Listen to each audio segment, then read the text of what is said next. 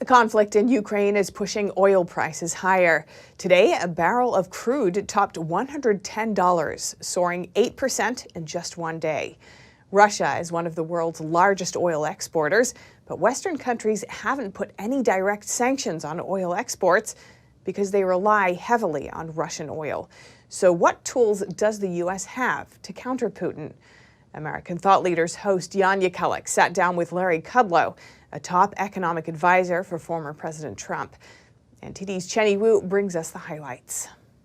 Could the U.S. be aiding Russian leader Vladimir Putin in his invasion of Ukraine?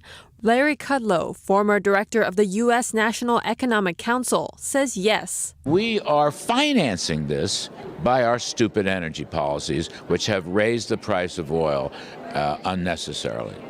Kudlow explains that Putin continues to profit from skyrocketing oil prices, providing the Kremlin with the financial means to invade countries such as Ukraine.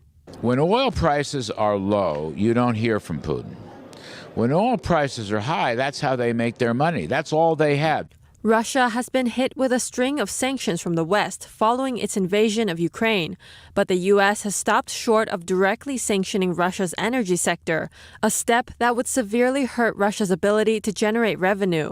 Biden has defended his decision to preserve access to Russian energy in order to limit the pain the American people are feeling at the gas pump, but said Wednesday that banning Russian oil imports is not off the table. So go back in time. In 2008, oil got to $150 a barrel. What happened?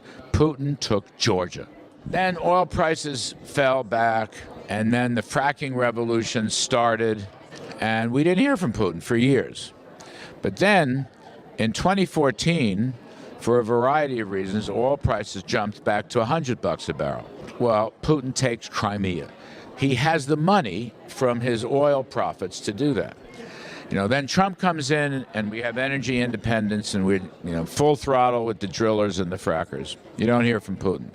In the last year, as Biden comes in and he runs this jihad against fossil fuels, so we're at $100 a barrel and rising. So Putin's got the money to go into Ukraine.